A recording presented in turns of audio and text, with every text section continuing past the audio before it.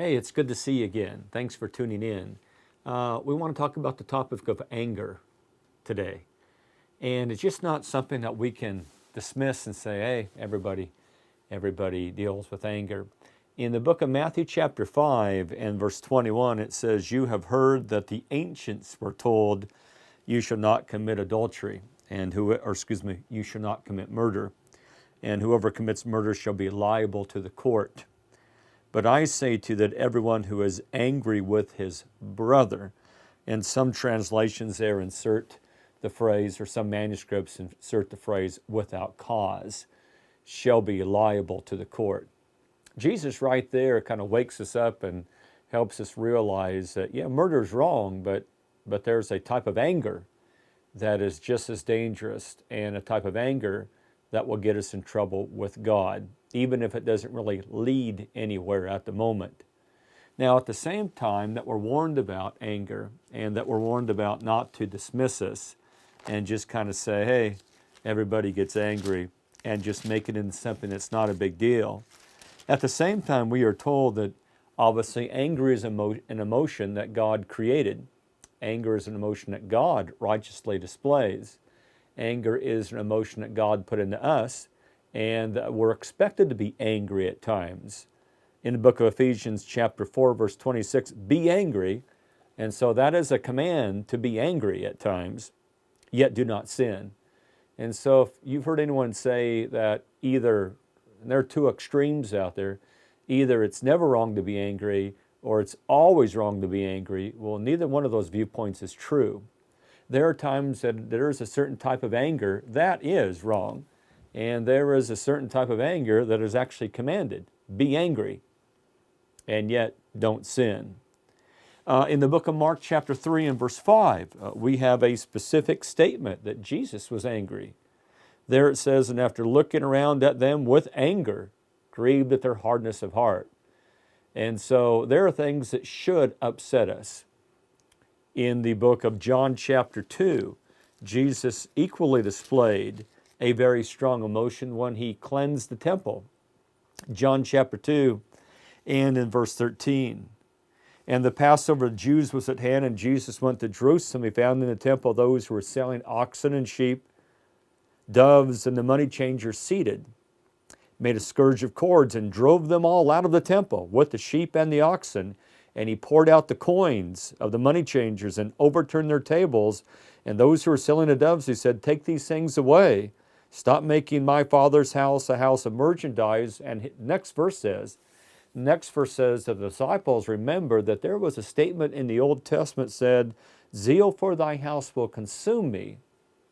And so that would be an indication where we do have a very strong emotion, the emotion of anger. But the emotion of anger is coupled with a zeal for the things of God.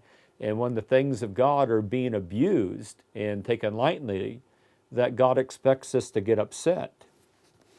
You know, it's interesting, the Greek word thumos, which is translated anger and translated other terms in your New Testament, is a word that one writer said has basically unlimited potential for both good and evil.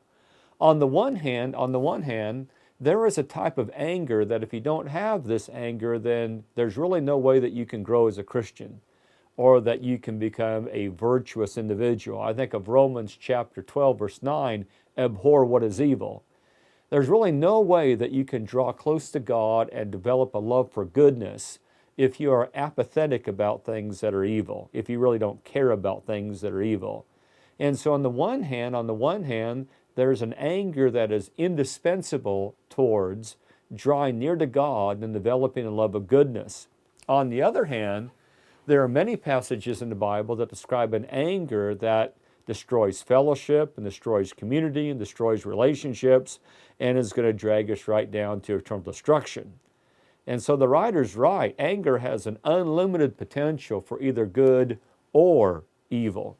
Well, I want to concentrate just a little bit here on the wrong type of anger, because that's basically an anger that we tend to fall into more often than a righteous type of anger. And one of the causes, I think, at least as I've looked at my own life and seen in the lives of other individuals, and maybe it's been true in yours, is that one of the things sometimes that causes us to get angry in a way that is not good is that we have unrealistic expectations. First of all, it would be unrealistic expectations of God, that we expect God to give us a life that is trouble-free, that we're never supposed to suffer, or nothing is supposed to ever go wrong in our life. And that's unrealistic. God has never promised that to any of us. And at times, many of the things that have gone wrong in our lives are times when we were not following God's instructions, and that we brought that suffering upon ourselves. Not only that, but we have unrealistic expectations of other people as well. And this would be specifically true in friendships or marriage, when we basically expect another person to be perfect. And we're never going to find someone who is perfect, either for a friend, a parent, a child, or a mate. It's interesting in Ephesians chapter 4, verse 31, it says, "Let all bitterness and wrath and anger, clamor and slander be put away from you." And it's interesting, I'm going to stress this a couple of times, that is that God has always given something in the context. God has placed in many passages what I would call like an escape hatch to avoid temptation and sin, an escape hatch to avoid anger. And the escape hatch in this context is verse 32, "Be kind to one another, practice being tenderhearted, practice forgiving, and be forbearing." And don't water down your expectations of what the Bible wants you to do. Don't water down your moral expectations. But you're going to have to bring your expectations in line with what the Bible says about other people. That is, people are not perfect. And in marriage, no one's married to a perfect individual. No one is going to be able to meet your needs all the time, 24/7. That's just unrealistic. And that is one of the causes of anger, is that people have some expectations that are not grounded in truth or reality. Another area that I found that anger arises is when people want to have absolute control over a situation and they're frustrated because they don't. One writer said those who crave control in an area where they can't achieve it are often angry men, angry women. And you need to come to terms with that you're not God. And there's really no way that you're going to be able to control a lot of the things that happen in life. You're not going to be able to control other people. You're not going to be able to control circumstances. You're not going to be able to control the world. And if you're frustrated that you cannot control what's happening in the world, well, then you're going to be a very angry person. You need to understand that that's not an area that you have control. God rules in the kingdoms of men. God is the sovereign of the universe. Let God deal with those things. Let God handle those things. Also, when it comes to other people, realize this, that I can't force another person really to do anything. I have very little control over another individual. It is their job. I might encourage them, but it is their job to get their life together. I am only responsible for my life and what I do. I can encourage somebody else, and I might even chastise somebody else or rebuke somebody else. But then it's up to them what to do with that. I need to focus on what I can control in my own life and what I'm actually able to do. And so we need to kind of get away from this idea that I can control everything. So we need to stop being angry when we run into things like traffic. If you live in a big city, traffic's a reality. There's a lot of other people out there and cars out there. And it's unrealistic to think that every time I commute to work that I should just go and it should be a straight shot. Pretty unrealistic to think that it always should be that way. So I'm going to have to come to terms with the fact that I live in an imperfect world. And if I don't, then I'm going to be a very angry person. Anger is an interesting emotion. I find that a number of people, I found in my own life, that it's very easy to get angry. That is, Anger as a response often is kind of taking the easy way out. I think of Proverbs chapter 20 and in verse 3 where it says, keeping away from strife, it's an honor for a man. Any fool will quarrel. Anger is a very easy emotion to just opt for. Instead of things like self-control and humility and things that are a little bit more difficult, anger. Anger is a very easy thing. And so any fool will quarrel. That's the easy way. The fool takes the easy path, the path of least resistance. So there's no great accomplishment in getting angry or in blowing your top. Proverbs chapter 29, verse 11, a fool always loses his temper. He just always does that. Again, that's his natural response. Very easy thing to do. Doesn't take a whole lot of work. It's doing the easy thing. Ecclesiastes 7, verse 9, do not be eager in your heart to be angry. I like the word eager there. I think sometimes it's a temptation to want to be angry because it feels good. It feels good to be angry because it puts everybody else on the defensive and it makes everybody else into the bad guy. If I'm angry at them, then I don't have to examine my own life. It must be something they did. It's their fault. It's their problem. If I could put everything on them and the focus is on them, then I look pretty good. It's a very cheap way. It's a very cheap way to feel better about yourself. So don't be eager. Don't be all eager to get angry, just waiting for a chance to tell somebody your mind or blow your top. It says anger resides. It just sits there, and it's not the idea that anger is only in fools, because everyone has the emotion of anger. Everyone has the ability to be angry. And so that's not the point of the verse. I think the point of the verse is that anger as something like in a kettle that's like stewing, like a pot on the stove, that the godly man only brings out anger from a cabinet when he needs to use it. The fool in his mental kitchen, and he has his stove in his mental kitchen, he's always got a pot of anger there. He's always got it. And the stove is always on, and the burner is always on high, and it's always bubbling. And it's just sitting there, and you'll see steam coming off the pot. He's always got that pot ready, and he's probably even got a ladle in it, ready to serve it. The godly man, his anger is more in a cabinet, in a box, in a can or something like that he only brings out when he really needs to use it. The angry man, on the other hand, has that pot of anger just brewing on that stove, eager to use it at any moment. I want to look at a passage here I think is very important when it comes to anger. It's Proverbs chapter 19, verse 3. And here's how it reads. The foolishness of man subverts his way. Or as the New English Bible says, a man's own folly wrecks his life. All right. Then it says, and his heart rages against the Lord. I think that's a really good passage. There's a couple things about the passage I think I'd like you to look at. So look again at Proverbs 19 and verse 3. I don't know about you, but I think I've often violated the passage or found myself being in the passage. And I found a lot of other people being in the passage as well. Think about the times in life that you've been very angry about something and you haven't paused a moment to realize that, and you're angry about a situation you're in, all right? And you haven't stopped to realize that basically it was your fault.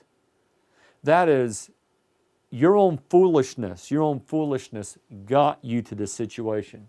It may be like someone who's sitting in a job that goes nowhere. They're having a hard time making ends meet. And they're very angry about where their life has led them. They're very angry about the fact that they don't have more money. And they haven't stopped to think that, well, wait a minute now, if I'd studied a lot harder in school, if I'd have done my homework, if I would have, worked on things and worked a little harder, I would not be in this situation, but I kind of made a choice to be here. Or a lot of people forget that the reason they don't have a high-paying job is because years ago they looked at that and said, hey, I don't want that stress. I don't want the stress of that sort of responsibility, and so I'm not going to go into that field. I'm not going to go into that career. Okay, which is fine. Everyone doesn't have to go into a high-end, a high-paying career. But if you don't, and years later you're kind of complaining about the salary you're making, understood that that's the choice you made. You made that choice. And so don't get angry where your life is. Typically, wherever you are in life, that's a decision that you have made to be there. That's the choices that you have made. And so sometimes people also complain about the person they married. Very upset about the person they married or the habits of the person they married. And all right. But what you don't realize is that probably when you were dating that person, it's those very habits are the things that attracted you to them. Or you already knew they had those habits when you were dating and you married them anyway. All right? So who's to blame? Who's to blame? I mean, you saw this person, they had all these different habits, and they annoyed you then, and now they really annoy you 5 years later. Well, it's very unfair. It's very unfair to tell this person now, you got to change this and this and this, when that's the person you married. When you accepted that when you married them, and now you're wanting to change some of the ground rules. And so look at Proverbs chapter 19 and verse 3 again. If you're very angry about something in your life, the circumstances of your life, your station in life, well, who led you there? Who's responsible for you being there? And I think in a lot of situations we'd have to say, well, I am. I am here because this is the result of my choices. All right. So now the second part, though, of the statement is very insightful, because here's what I found a lot about anger that is sinful, anger that is selfish, is the person that anger really is directed at is God. And so take a look at your life and take a look at the things you're really angry about. And some of those things will probably be things that you're blaming God for. You know, I hear people say things like, God, why did you allow this to happen in my life? They'll say things like that. Or people sometimes will say this, life isn't fair. Life isn't fair. I heard a man who said that his daughter came up to him and said, life isn't fair. And his response to her was, you know, honey, you're cute, and that's not fair. Honey, you have 2 loving parents. That's not fair either. Honey, you live in a nice house that's warm and we have plenty of food. That's not fair. And honey, you were born in the United States of America. That's not fair either. And then he said, honey, you need to pray to God that God keeps your life very unfair. And I think that's true. There's a lot of wisdom in that. When you complain about life not being fair, I think there's a lot of people in other countries that would look at you and say, yeah, life isn't fair. Look at the life that guy has. Look at the prosperity. Look at the citizenship. Look at the opportunities he or she has. And so you need to be grateful that life isn't fair. A lot of the opportunities that you have are due to the fact that not everybody in this life is dealt with exactly equal. Not everyone has 2 good parents. Not everyone was born in the United States of America.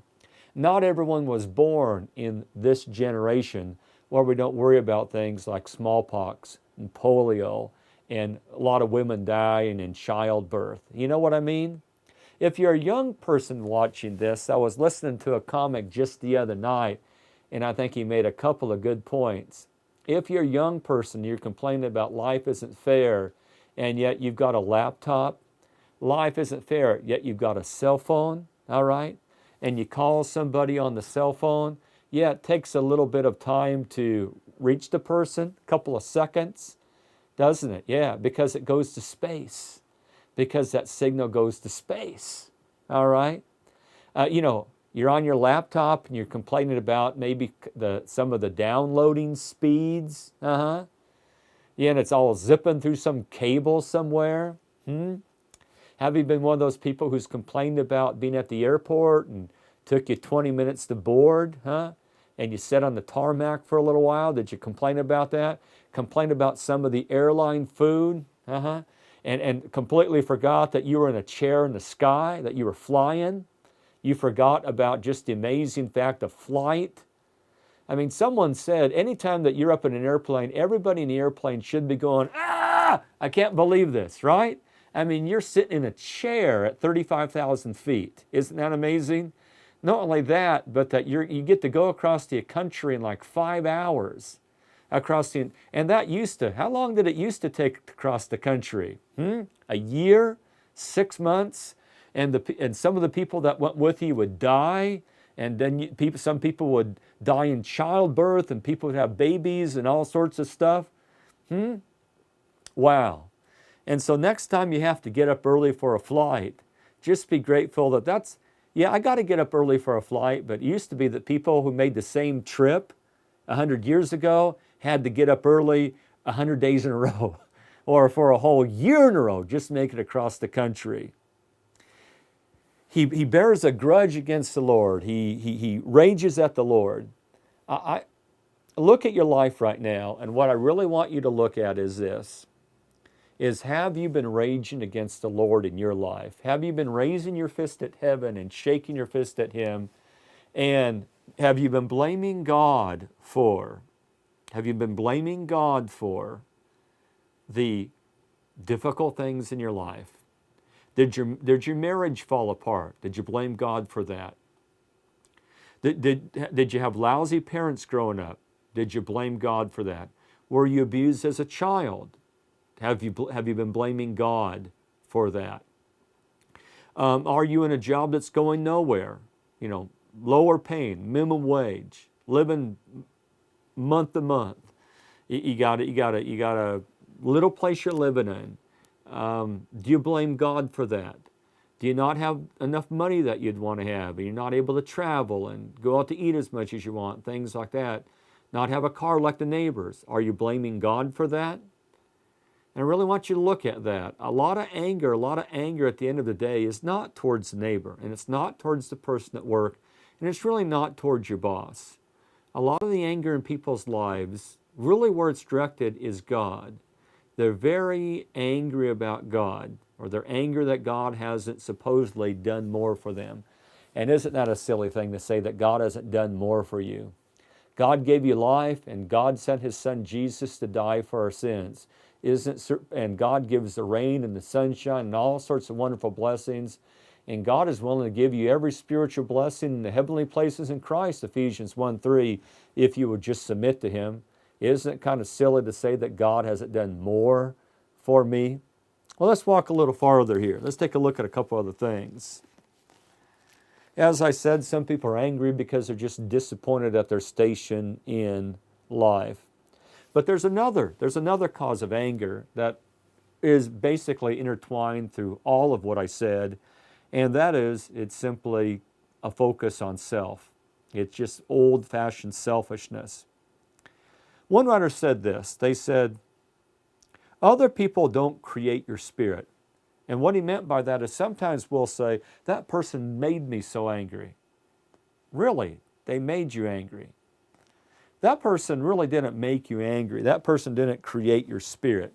That person didn't create anger within you. That person really only revealed the anger already within you. And so when your feelings get hurt, when anger rises within you, you need to realize that it's not that person is really making me angry. It's that person is only exposing in me an anger, well, that is already there.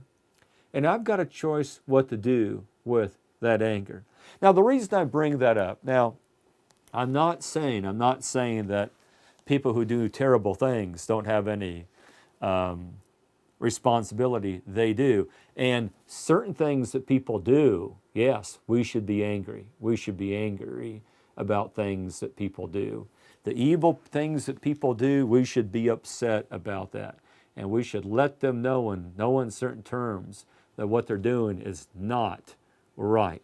We should not turn a blind eye to sin. The Bible makes it very clear, Ephesians 5:11, that we're to expose the unfruitful works of darkness and that we are to reprove and rebuke, 2 Timothy chapter 4 and verse 2. We are not to remain silent. So there's definitely a place for people of character to stand up and make it very clear that that behavior they're saying or the language they're hearing is rotten. All right. But what I want to come back to here is, the reason I bring up this point is because I think so many people have this idea, well, I wouldn't be angry if everybody around me would just behave themselves, right? You know, I wouldn't get frustrated if people around me would start being such jerks, and sometimes that's the attitude on the job. Well, I'd like my job if everyone would stop being such dummies. Well, is it really their fault? Is everyone really out to spoil your day? Or do you have an anger problem? And so we need to kind of face up to that. We need to understand that are you angry because everyone's not behaving perfectly? Well, if that's the case, then you're always going to be angry. Are your expectations unrealistic? And so, you know, the interesting thing is that the problem, in Proverbs chapter 19, verse 19, when we look at anger, it says, a man of great anger shall bear the penalty. Then it says this, and I think this is part of the verse that really catches my attention in Proverbs 19:19. It says, for if you rescue him, you will only have to do it again. Now that's an interesting statement. Here's a man who has a lot of anger, and if you deliver him once, well, the writer says you're going to have to deliver him again. Well, what's that mean? Well, what that means is it's not the people around him making him angry. It's not them, and it's not the circumstances either. This is a guy who's not happy no matter who's around him, and this is a guy who's not happy no matter what the circumstances are. And are you that person? And if you are, then the problem is not the circumstances. The problem is not life, and the problem is not other people. The problem's you. If you're someone that people always have to be trying to deliver, if you're the person that people always have to be intervening and kind of saying, okay, break it up and kind of pulling you back, if you're the type of person that somebody always seems to have to be trying to calm down, like your wife or husband or whatever, then you got an anger problem.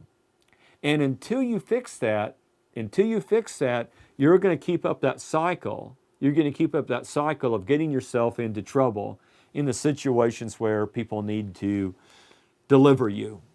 And it comes to the point that people stop wanting to do that because it's no fun delivering a hot-tempered man. I want to look at a verse here, another verse, and we'll look at the book of Esther. And I think it's a really interesting verse in the book of Esther. It's Esther chapter 5, and it's about Haman, the enemy of the Jewish people at the time. And in Esther 5, verse 11, here's what it says. Then Haman recounted to them, to his friends and his wife, the glory of his riches. You know, here's his bank accounts and all his stocks and bonds, and here's all his wealth and antique furniture and clothes and you name it. The number of his sons, all the sons he had, and every instance where the king had magnified him. It's interesting that Haman could remember all that. Almost like Haman had purposely kept track of all the times that the king had promoted him and all the times that he had been complimented by the king and praised by the king. And also, Haman knew exactly what his wealth was. Kind of interesting that can tell you what Haman was focused on all the time, that he could just give up and get a speech like that without any notes. All right. And how he had been promoted, him above the princes and servants of the king. So here is Haman, and he's a wealthy man, looks like about maybe the only man that might have been more wealthy was the king. He's a powerful man, and clear, he's the second most powerful man in Persia. And he's got all these sons. All right. Haman also said, even as to the queen, let no one but me come with the king to the banquet. That is, He had been invited to a very exclusive banquet, just the king and the queen and only Haman. Nobody else had been invited to that. And tomorrow I am invited by her with the king. That is, tomorrow I'm going to be in another one of these very exclusive banquets. Yet all of this does not satisfy me. That's an interesting statement. Boy, he had all sorts of blessings, one blessing after another, but he says it does not satisfy me. Every time I see Mordecai the Jew sitting at the king's gate, because Mordecai the Jew was about the only person who would not bow before Haman. And that one lone individual spoiled or removed from Haman all the pleasures of his wife and sons and riches and house and all of that sort of stuff. Haman could not enjoy any of the things that he had because of one man. You know, anger's kind of like that. Selfish anger's like that. If there, you may have a wonderful wife and kids and family and house, and yet you're all focused on what? You're all focused on the one unkind comment someone said to you at work. And isn't that a shame? It's a shame when men come home and they come home to a beautiful wife and great kids and a wonderful house and a good meal, and men can't enjoy any of it. Why can't they enjoy any of it? Because they're focused on the one thing that somebody at work said to them that might have not been the kindest comment. Isn't that sad? Isn't it sad how we let one little thing spoil everything? Haman falls into that trap. Of course, it was right for Mordecai not to bow before him. Haman could have lived a long time if he had just accepted the fact that, hey, not everyone's going to bow down to me, but that's okay. You know why? I've got a great life. No, Haman didn't do that. And he got focused on, and how many times does the devil do that with you and me? Got focused on the one thing we don't have. And as a result, we completely lost track of all our other blessings. Well, anger has a contagious nature. That is, it spreads. Proverbs 16:29, a man of violence entices his neighbor, leads him a way that's not good. Proverbs 29, verse 22 is another passage that kind of speaks of how anger can spread. An angry man stirs up strife, and a hot-tempered man abounds in transgression, just causes problems.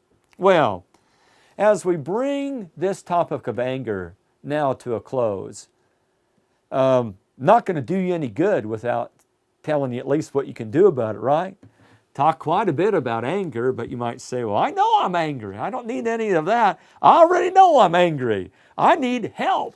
How do you overcome this? Well, as I said earlier, when it comes to anger or any other temptation, God has stocked, loaded the Bible with all sorts of escape hatches, or could we say all sorts of freeway off-ramps to just exit before that temptation. God has given you one exit after another before the exit of temptation comes up that you're free to take. You don't have to take that temptation exit. You got 100 of them. You got 10 of them before that comes up. You got all sorts of exits you can take. You got all sorts of escape hatches you can use. Well, let's take a look at some of them. Genesis 4, Cain's really angry. Cain's angry because God has not accepted his sacrifice. Here's the escape hatch. Verse 6, Genesis 4. Why are you angry? Why is your countenance fallen? If you do well, will not your countenance be lifted up? One of the great ways to overcome sinful anger is do the right thing. If you're all bent out of shape, go and pray about somebody. Go and help somebody out. Go and do something good. Go and do something good. You'll feel better, and it will help. Or do the right thing. If you're so bent out of shape about your life right now, take a look at your life and say, well, I'm not where I need to be spiritually. Get it right. Get your life right with God. You'll feel better. And that anger is going to go away. How about this one? In Acts 9 verse 1, Saul of Tarsus is still breathing out threats against God's people. And yet in that very chapter, Jesus shows up to him Said, why are you persecuting me? Says, go into the city. It will be told you what you must do. There's an escape hatch. Jesus says, Saul, you need to get your life right with God because I'm going to send you to the Gentiles to preach to them. Preach the gospel to them. You know what? Become a Christian. It's amazing how much of the anger in your life is going to go away if you just become a Christian and you're right with the Creator. If you're not right with the Creator, no wonder you're not. No wonder you're angry. How about another one? How about the book of Jonah? Jonah chapter 4. Jonah's all upset because God has spared the city of Nineveh. Jonah does not want God to spare the city of Nineveh. Nineveh's been an enemy to God's people. He doesn't want those wicked people to have a second chance. So he goes and just camps outside the city to see what God's going to do. Gets real hot, real hot. God lets a big old gourd and big old plant grow up behind him and give him shade. And then a worm chews the plant down, and then he gets really mad. And God says to him in Jonah chapter 4, let me get the verse here. In verse 4, do you have good reason to be angry? Good question. There's your escape hatch. You angry right now about things in life? All right, is that anger justified? Do you have a good reason? Are you angry about life not being fair? Hey, you need to be thankful life isn't fair. Because if life was fair, all of us right now would be burning in hell if life was fair, right? Yep. That's right, because we've all sinned and violated God's word. We've all hurt other people. We need to be grateful life isn't fair, that God is merciful and not fair with us. Psalm 103 says God has not treated us like our sins deserve. So let's really take a look at that verse again and realize, hey, we got it good. And then God says to Jonah in verse 10 and 11, God says, Jonah, we got a problem here. You want me to destroy Nineveh and just burn it to the ground. But Jonah, there's 120 persons in Nineveh that don't know the difference between the right and the left. That is there's 120,000 kids in Nineveh, Jonah, that have not reached the age of accountability. I don't want to kill all those kids. And you know what? Jonah doesn't, that's where the book ends, and Jonah doesn't say anything. And if we look at things from God's perspective, okay, if you're kind of frustrated about the way the world is, and you kind of grumble and complain and say, God, why don't you do something about it? And basically God would say to you, well, friend, if I do something about it, that means Jesus comes back and the world's destroyed. And that means everyone meets me in judgment. But friend, there's a lot of people right now unprepared to meet me. And if I come right now, there's going to be a lot of people end up lost, and they're not going to have a chance to hear the gospel, repent and be baptized to be saved. So can you hold on a little bit? Can you hold on a little longer, you know? Would you be willing to suffer a little bit more? Would you be willing to be inconvenienced if I give that guy down the street a little longer time to repent so he might make it to heaven? And I think, of course, you know what we're going to say. Well, of course, God, I don't got any problems. I don't got any problems. And now I understand your perspective. Sure, I'm willing to go through whatever economic downturns there are. I'm willing to go through whatever sort of diseases are in this life and things like that. So that guy down the street, that guy at work, that person at school or whatever, so that they have more time to repent. You betcha. You betcha. I don't want to see anybody end up lost either, right? You know, it's interesting how if we just kind of get God's perspective just a little bit, and how we stop becoming angry people. Ephesians 4:24, be ye angry, sin not, don't let the sun go down in your wrath. You know what that's another escape hatch. And you know what that verse is telling everybody? It's telling everybody fix it today. Hey, sun hasn't gone down yet. Are you and your wife angry? Angry at your parents? Did you have a blowout today? All right. Hey, fix that before you go to bed. Right? That's the escape hatch, right? Why don't you start tomorrow not having it? Instead of taking that anger into tomorrow and the next day, like a lot of people do, have you been doing that? Have you been angry at your mate for like days? or angry at your parents or your kids for like days? Have you? Why don't you take care of today so that tomorrow's a new day and that anger's not in tomorrow? Don't let the sun go down upon your wrath. Don't let nightfall catch you still nursing a grudge. Hey, take care of it today. Now, along with that passage is Matthew chapter 5. Matthew chapter 5, where it says, if you know your brother has ought against you, 23 and 24, you go to them. You go to them, all right? That's another passage. That's another escape clause. Escape hatch. Take care of it today. Take care of the anger today. So stop and consider your blessings. Stop and count all the things. If you're really angry right now, or if you know somebody who is, why don't you say, and I've done this before, get a piece of paper out, write down all the things that have gone right in your life. And you know what? No matter who you are, you'll come up with quite a list. Why don't you write down all the things that have gone right in your life? Maybe you realize how blessed you are. You know, the worst hasn't happened, has it? Nope. And it's very easy to resolve problems with people. Don't let the sun go on your wrath. You know, take care of it, fix it. Typically, if you're angry at your mate, that mate wants to make things right just like you do. People want relationship. People want companionship. People don't want to live in anger. God's been good to you. God's been good to you. You know, the anger of man won't fix anything. That's what James says. The wrath of man does not achieve the righteousness of God. So, if you look back at your life and say, what has anger done for me? Nothing, right? Hasn't done anything. What did anger ever fix? What did sinful anger ever fix in your life? Never fixed anything, only made things worse. And you're vulnerable and weak. An angry man is described as a man as like a city that has no walls, Book of Proverbs. And so just be mindful of this. If you said, I don't care what you say, Mark, I'm going to still keep my anger. Well, just be mindful that if you're an angry person, then people can play you like a violin. You mean, what do you mean by that? What I mean is that you're very easy to be manipulated. In fact, people will all probably go up and say, hey, Joe over here, watch this. Watch how I can press his buttons and get him where I want him to be. And so if you're a person who's very quick to be angry, it's very easy to push your buttons and to get you to do things that are foolish.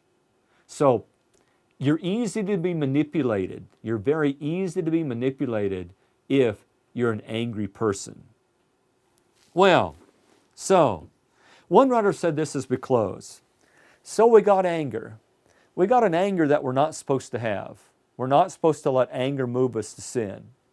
At the same time, we're supposed to be angry about certain things. So what's the difference? Like what one writer said this. First of all, we got to take the selfishness out of anger. When selfishness is in anger, we go wrong. Also, we got to take the pride out of anger. That is our own pride. Got to remove that. And some undue sensitiveness about our own self. We've got to learn to have a little bit thicker skin and not take ourselves so seriously. Okay for people to kid us now and then. So, those type of things mess up anger. When we're focused on ourselves, when we're very proud about ourselves, and when we're very selfish. All right? Anger that's been cleansed of selfishness. Anger that's cleansed of self. And when we're more focused on other people and God, now that's an anger that can be used for God. And I'll leave you with that comment. Hey, you got any questions? You can always give us a jingle at 503-644-9017. Also, you can see us on the web, beavertonchurchofchrist.net. Got a lot of resources up there, all sorts of sermons, all sorts of Bible classes, all sorts of material on various Bible questions and doctrines and chapters and verses. We even got a search engine on the website. On the website, there is an email address, and that will go directly to me. So if you've got a question, just click on that email link, and it will come to me, and I'll send you an email right back. I always try to give you a Bible answer for a Bible question. If you would like something more personal, If you would like in your home or at a neutral location, a place of your convenience and a time of your convenience, if you would like a home Bible study, yes, I will come into your home, no charge, and we can sit down and study the Scriptures together. You're welcome to fire any question you have at me about God or the Bible or spiritual things. All right, there you go. Hey, until I see you next time, we'll catch you later. Bye.